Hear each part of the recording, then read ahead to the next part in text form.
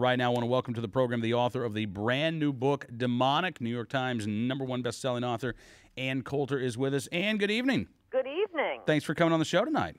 Anytime. All right, Demonic, how the liberal mob is endangering America. The most obvious example of this, I think, in the last 6 months or so has to be what we saw up at the state capitol in Wisconsin, right? Yes, it is. So I have a little gun mention in Demonic that no one has talked about. One of the characteristics of groupthink is to be inclined to accept myths and conspiracy theories, and one of the ones I mentioned was that craziness back, it was sometime in the 90s, it was, I think, before the 94 election, over plastic guns. Plastic guns. Liberals think there is a gun capable of firing a bullet that can get through a metal detector, and they actually banned plastic guns if it had less than a certain amount of metal in it. That was such an absurd amount, a gun wouldn't fire with such a small amount of metal, that even the NRA endorsed this proposal. Dick Cheney, as a young congressman, voted against it on the grounds that it was stupid. This was right about the time that they tried to put the unicorn on the endangered species list, right? Exactly. The crazy things liberals believe, and I've dozens of them. Yeah, well, and it's fascinating to me the discussion of groupthink and this sort of idea of mobocracy, because you say that the history of the mob is sort of the history of the left. Yes. All right. Yes. Starting with the French Revolution, through the Boston waterfront mobs during the Revolution, the Shays Rebellion after the Revolution, the draft riots in the Civil War, which was Democrats lynching blacks in New York. Abraham Lincoln sends in the troops and crushes it. Then, of course, the Democratic Party appealing to the Ku Klux Klanners and the segregationists, up until blacks started voting in large enough numbers that the strategy of appealing to the racist mob didn't work anymore. Now they appeal to, any mob in a storm, the feminists, the abortion-mad ladies, the illegal immigrants, race preference, liberals. It's just whatever the mob wants, that's the Democratic Party's base. All right, and I'm guessing that in today's, online social media environment, the mob doesn't have to exist in physical form. The mob can exist online as well. Well, there's the psychological mob, so yes, it can exist in newspapers. It does exist on MSNBC every night. If you would like the video portion of my book, turn on MSNBC right now. What about tonight is the debut of Keith Olbermann's new show, but I guess there are not enough viewers on Current to constitute a mob, right? Yeah, the name is vaguely familiar. All right, so going back to the beginning, because we're big fans of history on this program, you talked about the mobs in Boston. Now, you really think that those mobs in Boston were the ideological forefathers of today's modern leftists? Yes, the main point is contrasting the American Revolution with the French Revolution. And let me just put it this way. Our founders were Englishmen and Christians, and were not a mob, were very opposed to the mob, prosecuted these mobs, whereas the French Revolution was led by the mob. It was nothing but a mob revolt, very atheistic, smashing Notre Dame Cathedral and turning it into the Temple of Reason, hacking priests to death. Meanwhile, George Washington is ordering that his troops go to church on Sunday, or go listen to a minister. They may not have had a church nearby. And you see the mob theme throughout the founding of this nation. The Loyalists, for example, wasn't that bad being a British colony. Their concern was that without British troops here, the mobs would rise up. And so that was a big argument that our revolutionaries had to make, that no, we would still have order, we would still prosecute the mobs, yet and still, once we won our independence, the reason we became one federal government was because of a mob uprising, Shays Rebellion, and it frightened people. And I quote a farmer who testified at one of the town hall meetings saying, we were so terrified with these mobs running wild, we would have thrown ourselves into the arms of anyone who would protect us, including a tyrant. That's why this new Constitution is the solution to our problems. Throughout the Federalist Papers, which were 80 newspaper articles, promoting our Constitution, it is just shot through with arguments of how a united federal Constitution and federal government was necessary to put faction against faction and mob against mob, in a sense, and we'd have this organizational jujitsu at the top, so that you wouldn't have one group dominating another, because our framers saw that the natural instinct of man was to put his hand in the pocket of another man, whereas the French Revolution was inspired by the hypochondriac, paranoid, atheistic Jean-Jacques Rousseau, who thought there was some general will out there, and the leaders just had to figure out what the general will and impose it by force on the populace. Those who didn't agree with the general will would be executed, and then everyone would agree with the general will, because those who had disagreed would be dead.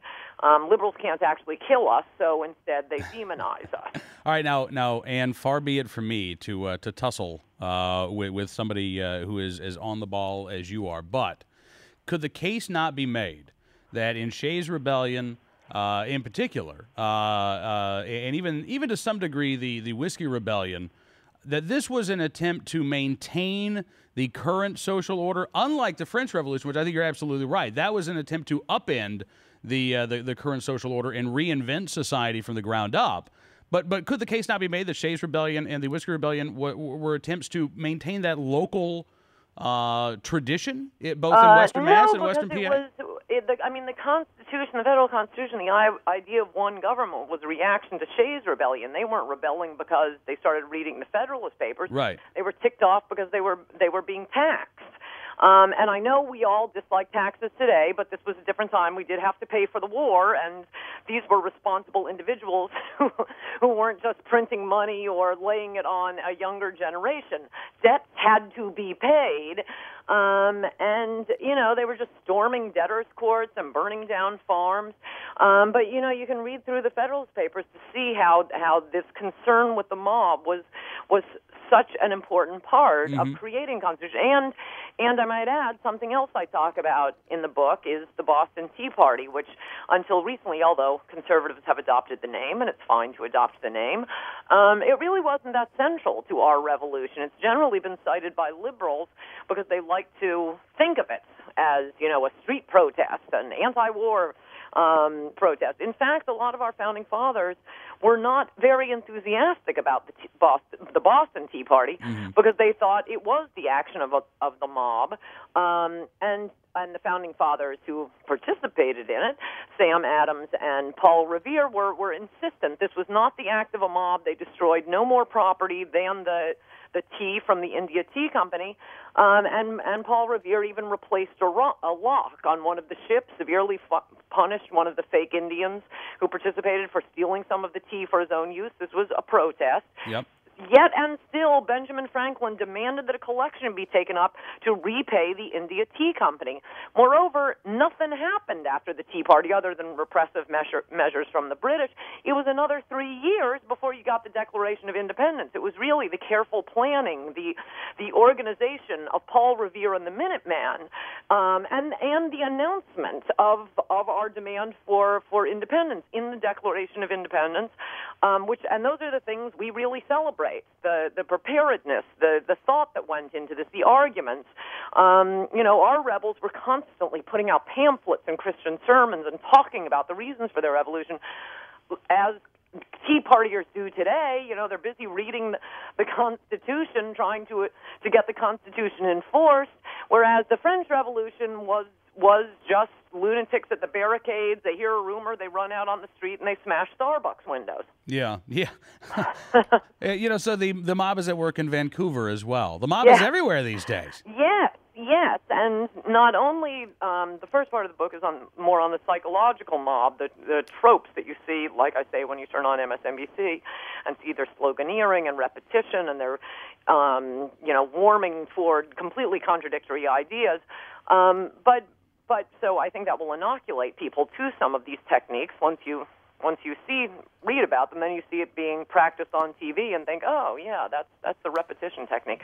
But also to warn Americans that mobs are always bad things, because I think since the 60s, the civil rights movement kind of gave mobs or street action a good name because it was a good cause, because they had no rights, no capacity to change the law, since Democrats were refusing to enforce court victories that Thurgood Marshall had won. Mm-hmm. The civil rights movement was much like Operation Rescue today, which, breaking the law to block abortion clinics, and similarly, A, good cause, B, we have no way to engage in a legal process because liberals pulled this little trick of inventing a right to abortion in the Constitution.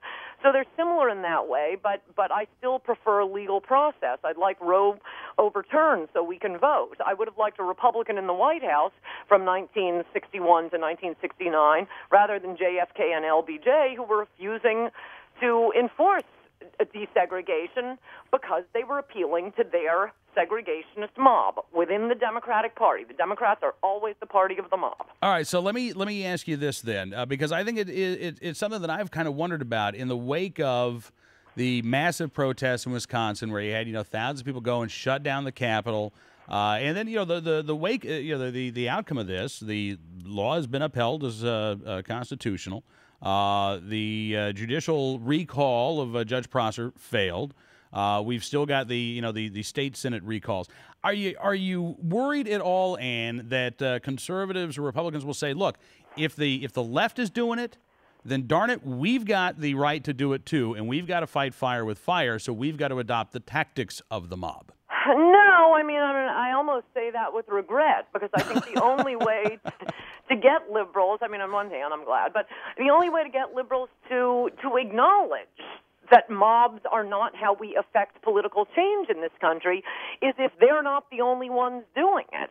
But no, you cannot. I remember hearing people say back when the Tea Parties were first starting that, people are really upset out there. If Obamacare passes, I'm telling you, people are going to take to the streets. There's going to be violence.